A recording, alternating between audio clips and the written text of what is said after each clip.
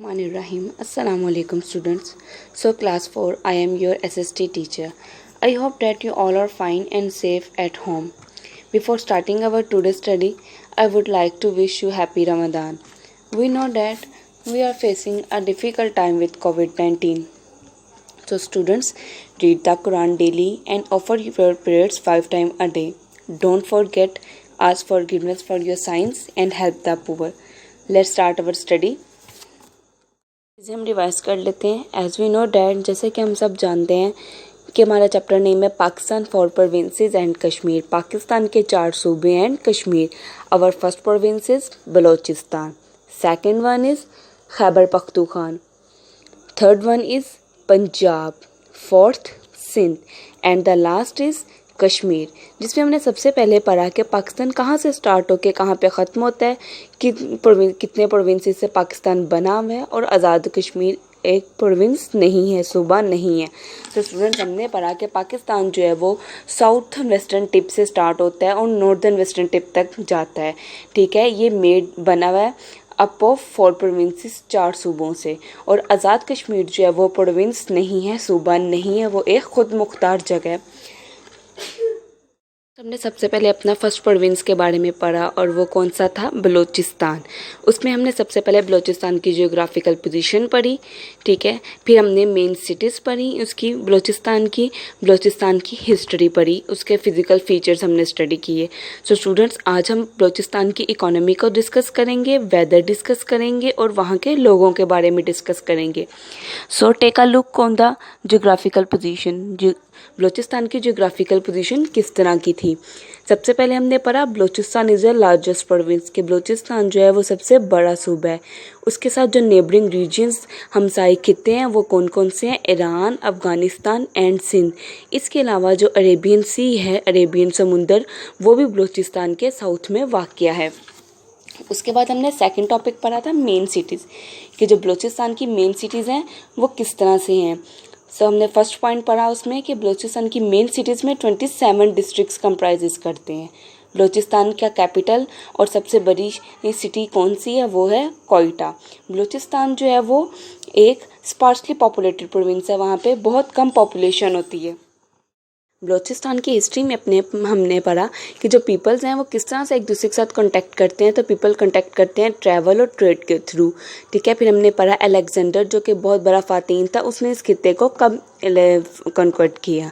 फिर हमने इसके फिजिकल फीचर्स में को स्टडी किया। उसके फिजिकल फीचर्स में हमने ज़्यादातर पढ़ा कि जो बलूचिस्तान का इलाका है वो मोस्टली माउंटेनियस है, पहाड़ी इलाका है और डेजर्ट रीजन है, सहराई खित्ता है।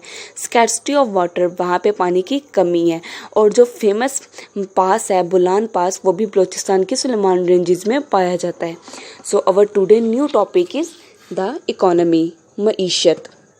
मईशत से मुराद होता है कि एक जगह का चलने का सारा निज़ाम जो होता है वो मईशत कहलाता है। सो हमने पढ़ा कि बलूचिस्तान की मईशत जो है वो ज़्यादातर किस पे डिपेंड करती है, नेचुरल गैस, कुदरती गैस पे, कोयला पे, marble, lead and sulphur.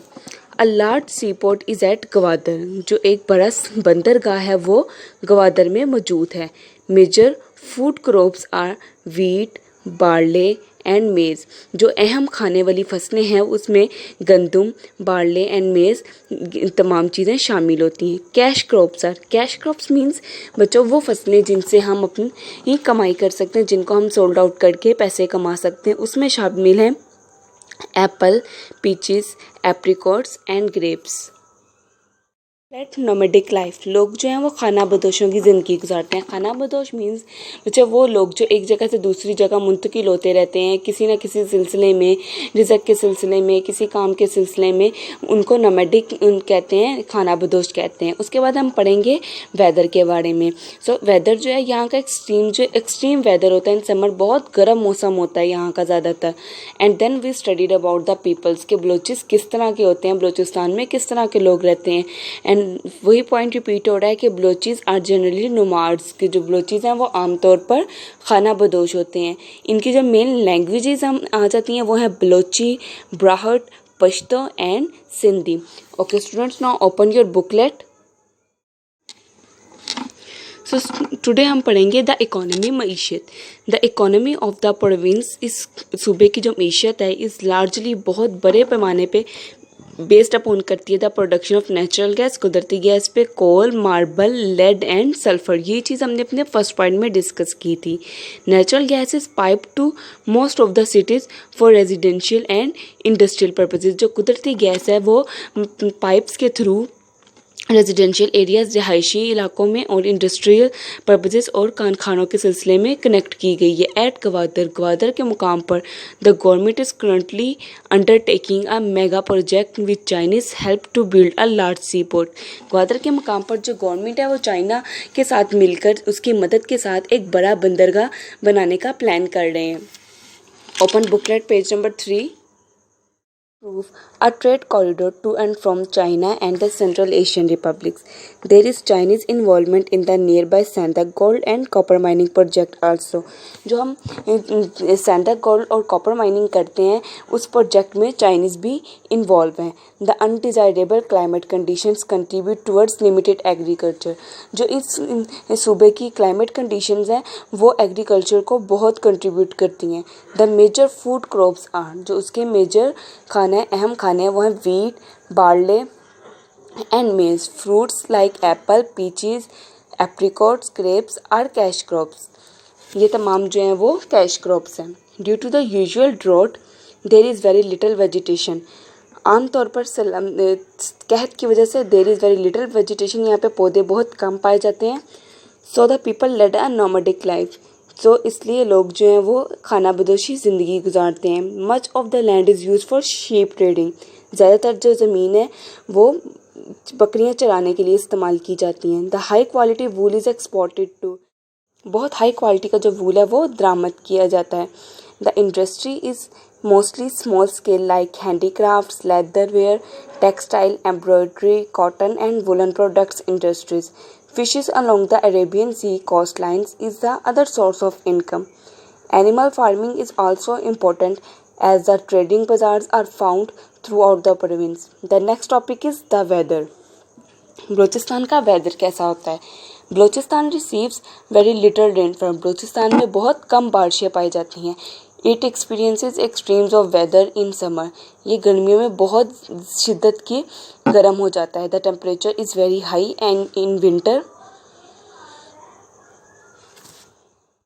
The temperature is very high. दर्जा हरारत बहुत ज़्यादा बढ़ जाता है। And in winter it is very cold, और सर्दियों में बहुत ठंडा हो जाता है। तो today last topic is the people. Balochis are generally nomads but it is becoming more and more common to settle down in one place for agriculture purpose.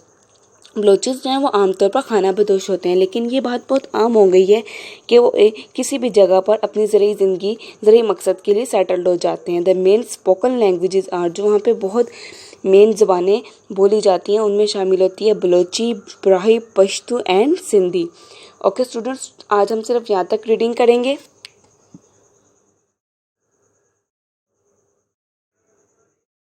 So students, आप सब जानते हैं कि आपने अपने काम को नोट डाउन कैसे करना है। प्रीवियस वीडियो में भी मैंने आपको पूरा पैटर्न बताया था, लेकिन तमाम स्टूडेंट्स ने उसको फॉलो नहीं किया।